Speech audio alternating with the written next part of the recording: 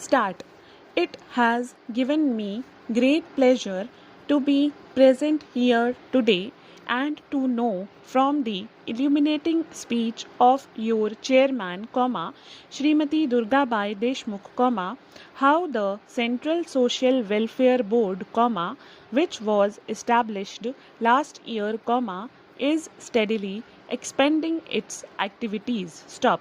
Whenever I think about the social welfare problem, my mind spontaneously turns to the directive principles incorporated in Part 4 of our Constitution, which came into force on the 26th January, 1950. Stop.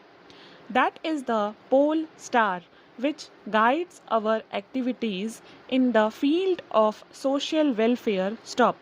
Having been closely associated with the deliberations of the Constituent Assembly as its president, the reference to the directive principles strikes a sympathetic chord in my mind as it evokes a personal concern. Stop.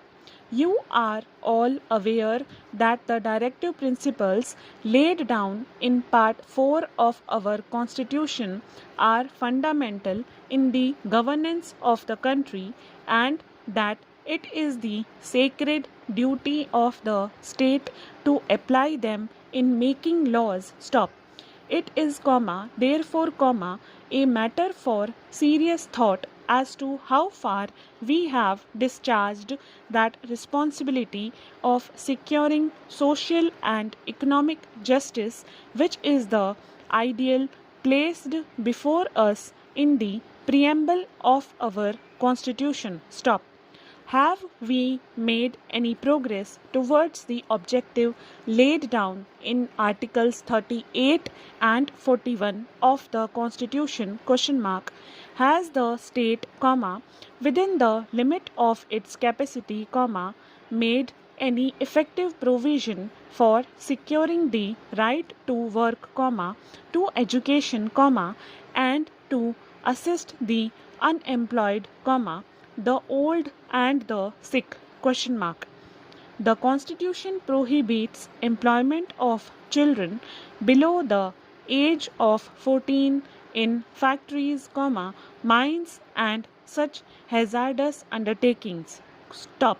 We might search our hearts and ask ourselves whether we have done everything that is possible to implement this directive. Stop.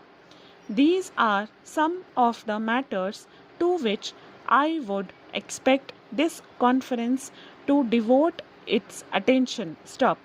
If any of the existing laws are coming in the way of implementing the directive principles, I believe suitable steps will have to be taken to bring them in conformity with the Constitution. Stop. Para. In a vast country like ours, a network of social organizations would be necessary to create a welfare state. Stop. Luckily, however, traditions of voluntary social service in India are as old as her history. Stop.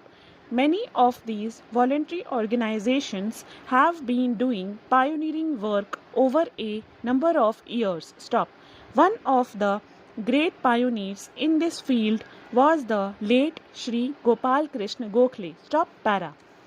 It is heartening to note that the Central Board recognized that it was not enough to extend financial aid to welfare organizations which are mostly localized in or around urban areas. Stop.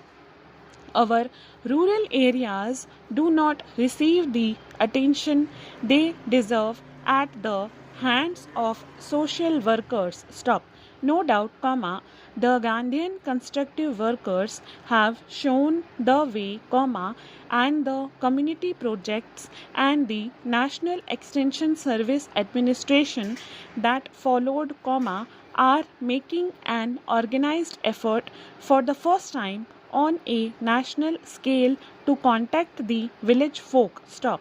But the emphasis in the community projects and the national extension service blocks has been mostly, and of course rightly, on more and better production, regional development in terms of roads and communications, and a modest program of social education coupled with public health services. Stop. The welfare extension project schemes of the Central Social Welfare Board, therefore, came not a day too soon to supplement the other effort in the rural areas, and I am glad to see that a nexus has now been established between the urban and the rural areas. Stop para.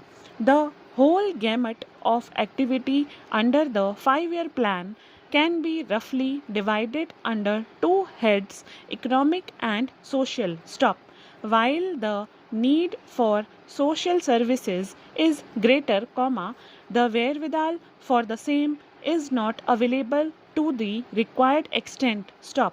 Again, while for implementing the economic program, the services of a well-knit organization are available, the machinery for implementing the social program can be built up only as the actual work progresses. Stop.